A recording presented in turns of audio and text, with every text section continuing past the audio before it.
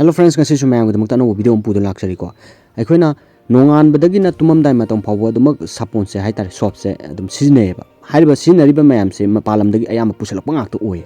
Manipur gidi inthingai bu yaw haitare hoi puthok pasu yawi ko. Puthoi masi su phajana puthok pangam dabadagi haitare ko phajana kano to bangam dra do aina aigi oba wakalondadi aigi de dum aigi shana dum semjaba haitare ko sapon se dum use tawje aduna yam laiba mongda semba yai habedugi process to ni aina hobdelu taksage mayam da aina akhangba haitare ko koi skin da kanar se karino habamdi khangdaba yadre ko skin da kanar se vitamin E kanai adagi kanaba yabadu da dum akhang haidu tanabiro ko adu ai khangjabaduni yam laiba mongda semjage masi yengbiraga adom su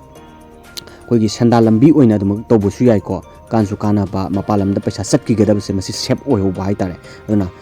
aikoina cheng masida aina hapsari cheng sigi kana ba singsisu aina khoi mamangi video jing hap korban ko benefits of rice ana hap korban ado cheng si khoi dark spot kumba remove to ba premature aging han ba haitare ko adi skin glow le hen ba siju kani ko adu gi mukta aina cheng hapsi ja do cheng se khoi kano lobiro 100 gram gum hapio aina saningi ba amount gidi makha pole ko aigidi singai lore aduga yamna powder oina to bigadamne adugi matungda akoina semgada aloe vera haitare aloe vera bu ora su pa akoi kanu su yai ko koi awa thabi gu su dum yabane makan dum semje ko ai ngasi go ne aloe vera tokjare aloe vera se koi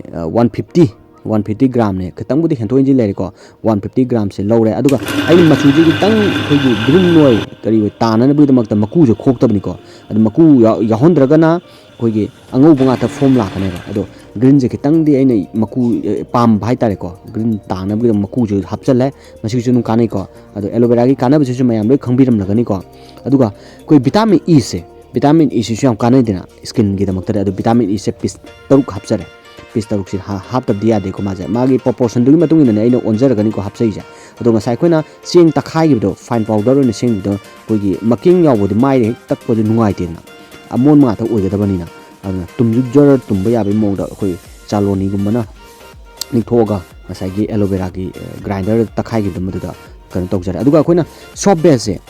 yaw da ba ya de na chapol ma sa bai ja sapo asim de aina leijare ko masi 350 gram of soap base masi sogdo holani ko masi sing hapa yade masan dum hi dum langjar pani ko coconut oil je masi dum packet oil su leibane aduga bottle masa oil su ai bottle masa se khara haital changam da yam draga su ko khara happy yo masi gi sunak yamna khogi sapon sinna bada am nungai ba oina na bani ko adu bubble thokta ba dudi adu bubble de compulsory thokani ko adu khoina balting to holabam duda khoina ngasai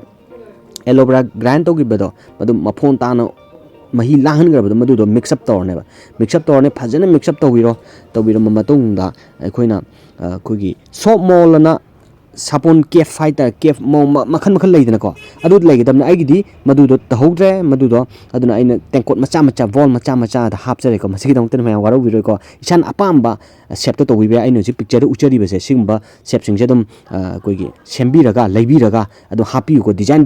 koigi maming thage bu hairaga su makhan aino ji uchari ba position da adu aigidi smanam tokjare ko sigi condition jini hauji ani ji madi ana yam unchening bagi mature oidinga da kai thokjabani haitare sumana ai video su nungai badi like subscribe to wiramo matung tabadu su tong nungai ba myam ma pudo laksage ngasi kai nors